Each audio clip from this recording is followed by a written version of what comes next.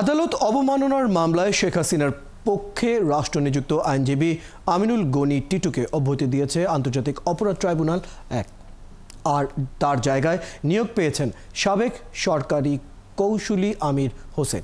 তবে এই ঘটনায় বিব্রত হয়েছেন আইনজীবী টিটু। আদালত অবমাননার এই মামলায় প্রস্তুতির জন্য অ্যামিকাস কিউরি ওয়াইস মশিউজ্জামানকে ১ সপ্তাহ সময় দেওয়া হয়েছে। আরও জানাচ্ছেন সৈকত সাদিক। ছাত্র জনতার গণ অভ্যুত্থানে ৫ আগস্ট ক্ষমতাচ্যুত হবার পর থেকেই ভারতে অবস্থান করছেন শেখ হাসিনা। সেখানে বসেই অডিও কিংবা ভিডিও বার্তায় দেশে অবস্থানরত দলীয় নেতাকর্মীদের সঙ্গে কথা বলেন তিনি। গাইবান্ধা জেলার সাবেক উপজেলা চেয়ারম্যান শাকিল আকন্দ বুলবুলের সঙ্গে কথোপকথনের এমন উস্কানিমূলক বক্তব্যের কারণে শেখ হাসিনার বিরুদ্ধে আদালত অবমাননার মামলা করে প্রসিকিউশন। বুধবার ট্রাইব্যুনালে আসেন শেখ হাসিনার বিচার চেয়ে সামাজিক মাধ্যমে স্ট্যাটাস দেয়া বিতর্ক। এমন পরিস্থিতিতে নৈতিকতার প্রশ্ন তুলে তাকে বিচার কার্যক্রমে অংশ নেয়া থেকে অব্যাহতি দেন ট্রাইব্যুনাল ১। এই ঘটনায় আইনজীবীও বিব্রত হন। আসলে কনফ্লিক্ট অফ ইন্টারেস্টের কথা যখন এসছে, আসলে সততার প্রশ্ন আছে। আমি সততা নিয়ে মামলা করি।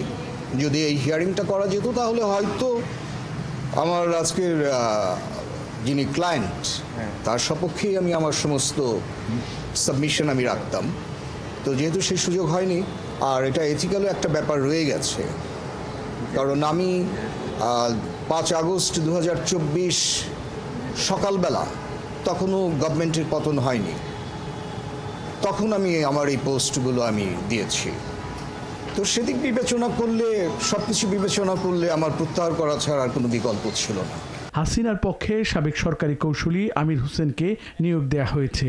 পাশাপাশি মামলার কার্যক্রমে বিশেষ আদালতকে সহায়তার জন্য নিয়োগ দেওয়া অ্যামিকাস কিউরিকে ১ সপ্তাহ সময় দেওয়া হয়েছে। জনাব আমিনুল গনি টিটু সাহেবকে স্টেট ডিফেন্স হিসাবে এঙ্গেজ করেছিলেন। তিনিও আজকে ট্রাইব্যুনালে উপস্থিত ছিলেন।